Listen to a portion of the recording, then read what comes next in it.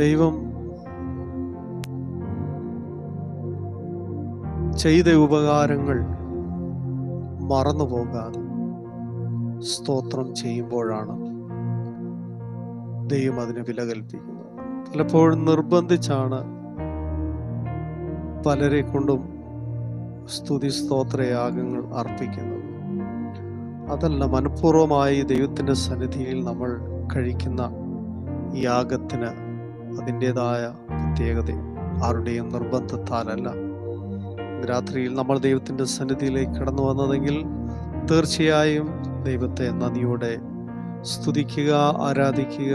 പാട്ടുകളിൽ കൂടിയായാലും അധരഫലമെന്ന സ്തോത്രയാഗത്തിൽ കൂടിയായാലും ദൈവവചനത്തിൽ കൂടിയായാലും അവിടുത്തെ നാമത്തിന് മഹത്വമായി തീരുക എന്നുള്ളതാണ് നമ്മൾ ഉദ്ദേശിക്കുന്നത്. അതുകൊണ്ട് ലഭിക്കുന്ന സന്ദർഭങ്ങൾ സൃഷ്ടിച്ച ദൈവത്തോടും പരിപാലിച്ച ദൈവത്തോടും നന്ദി അർപ്പിക്കുവാൻ ദൈവം നമ്മളെ സഹായിക്കട്ടെ. ഒരു വേദഭാഗം കൂടി പതിവ് പോലെ നമുക്ക് വായിച്ച് ദൈവത്തെ മഹത്വപ്പെടുത്താം. 65-ാം സങ്കീർത്തനം 4-ാം വാക്യം. നിന്റെ പ്രാകാരങ്ങളിൽ പാർക്കേണ്ടതിന് നീ തിരഞ്ഞെടുത്ത് അടുപ്പിക്കുന്ന മനുഷ്യൻ ഭാഗ്യവാൻ. കർത്താവ് പറഞ്ഞു, നിങ്ങൾ എന്നെ തിരഞ്ഞെടുത്തു എന്നല്ല, ഞാൻ നിങ്ങളെ തിരഞ്ഞെടുത്തു. ഞാൻ നിങ്ങളെ തിരഞ്ഞെടുത്തത് നിങ്ങൾ പോയി ഫലം കായ്ക്കേണ്ടതിനും നിലനിൽക്കുന്ന ഫലം നിങ്ങളിൽ ഉണ്ടാകേണ്ടതിനും നിങ്ങളെ ആക്കി വെച്ചുമിരിക്കുന്നു. അപ്പോ നമ്മളാരുമല്ല ദൈവത്തെ തിരഞ്ഞെടുത്തത്. പലരും അങ്ങനെ തെറ്റിദ്ധരിക്കുന്നുണ്ട്. ആരൊക്കെയോ സുവിശേഷം പറഞ്ഞതുകൊണ്ടും ആരൊക്കെയോ നമുക്ക് വേണ്ടി പ്രാർത്ഥിച്ചത് കൊണ്ടും എവിടെയൊക്കെയോ വെച്ച് സുവിശേഷ പ്രസംഗങ്ങൾ കേട്ടതുകൊണ്ടും അത് നല്ലതെന്ന് മനസ്സിലാക്കി കർത്താവിനെ തിരഞ്ഞെടുത്തു എന്ന് നമുക്ക് തോന്നുന്നുണ്ടെങ്കിലും വാസ്തവത്തിൽ അതല്ല. വചനം പറയുന്നത് ലോകാരംഭത്തിന് മുന്നമേ ക്രിസ്തുയേശുവിൽ നിന്നെ തിരഞ്ഞെടുത്തു എന്നാണ്. അപ്പോൾ നമ്മൾ ഈ ലോകത്ത് ഉണ്ടാകുന്നതിന് മുമ്പേ നമ്മളെക്കുറിച്ചുള്ളതായ ദൈവിക പദ്ധതിയുടെ ഭാഗമായിട്ടാണ് നമ്മൾ ഈ വിശ്വാസ ജീവിതത്തിലേക്ക് കടന്നു വന്നത്. ആരുടെയും താല്പര്യപ്രകാരമല്ല, ദൈവം നമ്മളെ തിരഞ്ഞെടുത്തു.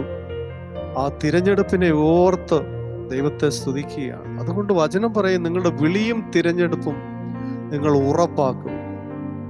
അപ്പോൾ ആ തിരഞ്ഞെടുപ്പ് ദൈവത്തിൻ്റെതാണ്. ദൈവത്തെ അന്വേഷിക്കുന്ന ബുദ്ധിമാനുണ്ടോ എന്ന് കാണുവാൻ ദൈവം സ്വർഗത്തിൽ നിന്ന് മനുഷ്യപുത്രന്മാരെ നോക്കി. അപ്പോൾ ദൈവത്തെ അന്വേഷിക്കുന്നവരായി കണ്ട നമ്മളെ ദൈവം തിരഞ്ഞെടുത്ത് തൻ്റെ മക്കളാക്കി തീർത്തു, അവകാശികളാക്കി തീർത്തു.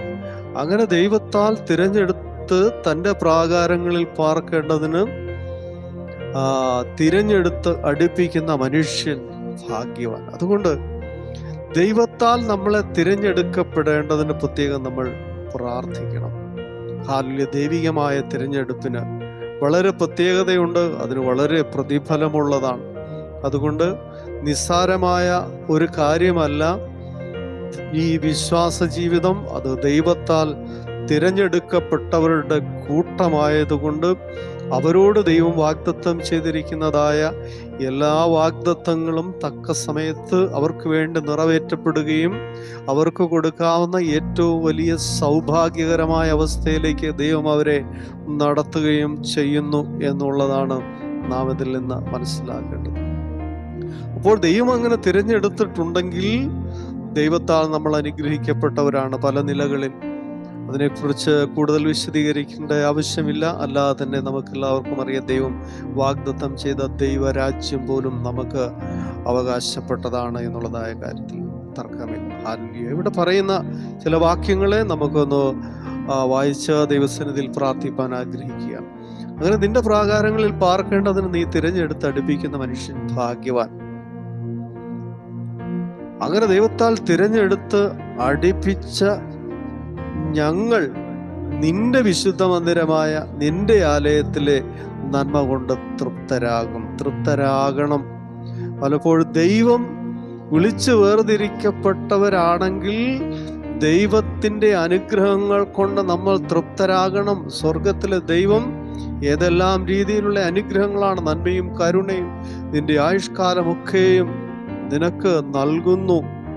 അങ്ങനെ എന്തെല്ലാം നന്മകളാണ് നമ്മളെ തിരഞ്ഞെടുത്ത് ദൈവത്തിൻ്റെ സന്നിധിയിലേക്ക് അടുപ്പിച്ചത് മൂലം നമുക്ക് ലഭിക്കുന്നത്. ആ ദൈവിക നന്മകൾ കൊണ്ട് നമ്മൾ തൃപ്തി പ്രാപിക്കും. കരയുന്ന കാക്കക്കുഞ്ഞുങ്ങൾക്കും അതിൻ്റെ ആഹാരം കൊടുക്കുമ്പോൾ സ്വർഗത്തിലെ ദൈവം തൻ്റെ മക്കൾക്ക് സകല നന്മകൾ കൊണ്ടും അവർക്ക് തൃപ്തി പ്രാപിക്കത്തക്ക നിലയിലാണ് ദൈവം അവർക്ക് വേണ്ടി നൽകുന്നത്. പലപ്പോഴും ദൈവം കൊടുക്കുന്നതിൽ മനുഷ്യൻ തൃപ്തരല്ല, എന്തോ കുറഞ്ഞു പോയി എന്നുള്ള പരാതിക്കാരാണ് പലരും. എന്നാൽ നമ്മുടെ ജീവനും ഭക്തിക്കും ആവശ്യമായതെന്തോ അതാണ് ദൈവം നമുക്ക് നൽകിയിരിക്കുന്നത്. അല്ലാതെ മറ്റൊന്നും നൽകി എന്നാർക്കും അവകാശപ്പെടാൻ കഴിയില്ല, ആവശ്യപ്പെടാനും കഴിയുകയില്ല. അപ്പോൾ നമ്മുടെ ജീവനും ഭക്തിയുമാണ് ദൈവത്തിന് പ്രധാനം. അതുകൊണ്ട് ഈ ദിവസങ്ങളിൽ ആലയത്തിലെ നന്മകൾ കൊണ്ട് നമ്മൾ തൃപ്തി പ്രാപിക്കുമെന്ന് പറയുമ്പോൾ ആ ദൈവികമായ നന്മകൾ മാത്രമായിരിക്കട്ടെ നമ്മുടെ ശ്രദ്ധ, അത് മാത്രമായിരിക്കട്ടെ നമ്മുടെ ആഗ്രഹവും ആവശ്യവും പ്രാർത്ഥനയുമെല്ലാം. അല്ലാതെയുള്ളതായ അനാവശ്യമായ പ്രാർത്ഥനകളും അന്യായമായ പ്രാർത്ഥനകളുമെല്ലാം ദൈവത്തിന് പലപ്പോഴും അരോചകമായി തോന്നാറുണ്ട് എന്ന് വേദപുസ്തകം തന്നെ വിളിച്ചു പറയുമ്പോൾ ഇന്ന് രാത്രിയിൽ ആവശ്യക്കാരൻ്റെ ആവശ്യമനുസരിച്ച് വിടുതലയക്കുന്ന ഒരു ദൈവത്തെയാണ് നമുക്ക് വേദപുസ്തകത്തിൽ കാണാൻ കഴിയുന്നത്.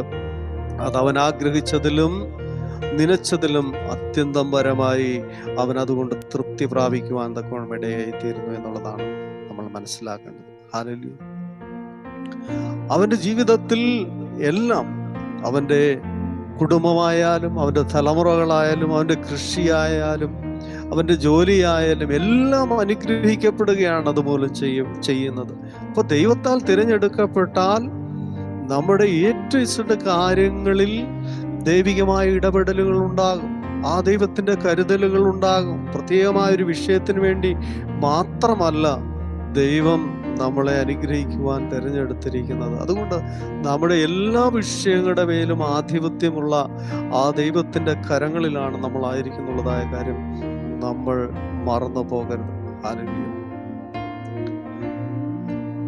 അപ്പോൾ ഇവിടെ പറയുകയാണ്, ദൈവമേ സിയോനിൽ സ്തുതി നിനക്ക് യോഗ്യം, നിനക്ക് തന്നെ നേർച്ച കഴിക്കുന്നു. പ്രാർത്ഥന കേൾക്കുന്നവനായുള്ളവയെ സകല ജനവും നിന്റെ അടുക്കിലേക്ക് വരുന്നു.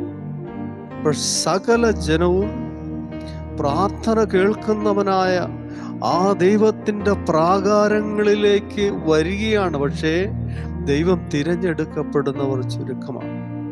വിളിക്കപ്പെട്ടവർ അനേകരെങ്കിലും തിരഞ്ഞെടുക്കപ്പെടുന്നവരോ ചുരുക്കമത്രേ.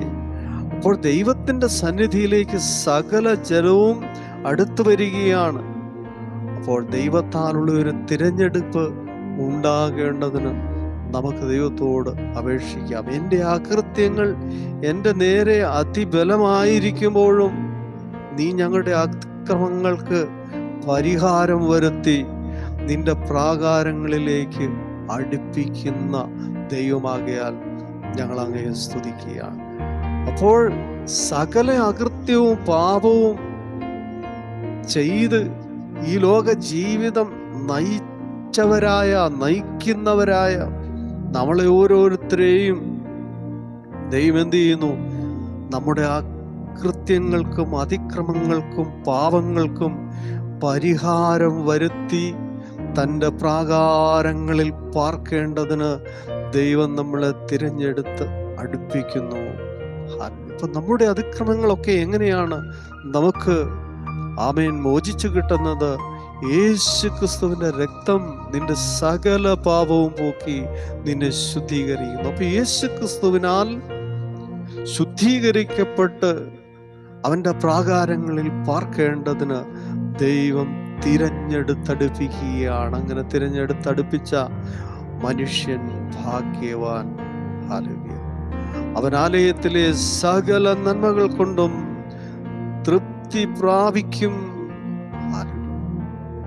എല്ലാവിധ അനുഗ്രഹങ്ങളും ദൈവം വാഗ്ദത്തം ചെയ്തിരിക്കുന്നത് ജീവിതത്തിൽ അനുഭവിക്കുവാൻ കഴിയണമോ? ദൈവത്താൽ തിരഞ്ഞെടുക്കപ്പെടേണ്ടതിന് നമുക്ക് ഏൽപ്പിച്ചു കൊടുക്കും. കർത്താവേ, ഇന്ന് രാത്രി അവിടുത്തെ തിരഞ്ഞെടുപ്പ് എൻ്റെ മേലുണ്ടാകട്ടെ, എൻ്റെ കുടുംബത്തിൻ്റെ മേലുണ്ടാകട്ടെ, എൻ്റെ കുഞ്ഞുങ്ങളുടെ മേലുണ്ടാകട്ടെ, എൻ്റെ സഭയുടെ മേലുണ്ടാകട്ടെ, എനിക്ക് പ്രിയപ്പെട്ടവരുടെ മേലുണ്ടാകട്ടെ. ആ ആലയത്തിലെ നന്മകൾ കൊണ്ട് ഞങ്ങൾ തൃപ്തി പ്രാപിക്കേണ്ടതിന് അവിടുത്തെ കരങ്ങളിലേക്ക് ഞങ്ങൾ സമ്പൂർണ്ണമായി സമർപ്പിക്കുകയാണ്. ഞങ്ങളുടെ അകൃത്യങ്ങളൊക്കെ മോചിക്കപ്പെടേണ്ടതിന്, ഞങ്ങളുടെ പാപങ്ങളൊക്കെ മോചിക്കപ്പെടേണ്ടതിന് ഞങ്ങളിത് അടുത്ത് വരികയാണ്. അവിടുന്ന് ഞങ്ങളെ തിരഞ്ഞെടുത്ത് അങ്ങിലേക്ക് അടുപ്പിക്കുമാറാകണം. ആമേൻ. അവിടുത്തെ കരങ്ങളിൽ ഞങ്ങളെ സമ്പൂർണ്ണമായി സമർപ്പിക്കുകയാണ്. അവിടുന്ന് ഞങ്ങളെ അനുഗ്രഹിക്കണം, സഹായിക്കണം. യേശു ക്രിസ്തുവിൻ ധന്യമറിയ നാമത്തിൽ തന്നെ. ആമേൻ. ദൈവം നമ്മളെല്ലാവരെയും അനുഗ്രഹിക്കട്ടെ. എല്ലാ പ്രിയപ്പെട്ടവർക്കും ക്രിസ്തു യേശുവിന്റെ നാമത്തിൽ സ്നേഹവും വന്ദനവും അറിയിക്കുന്നു. Thank you. God bless you.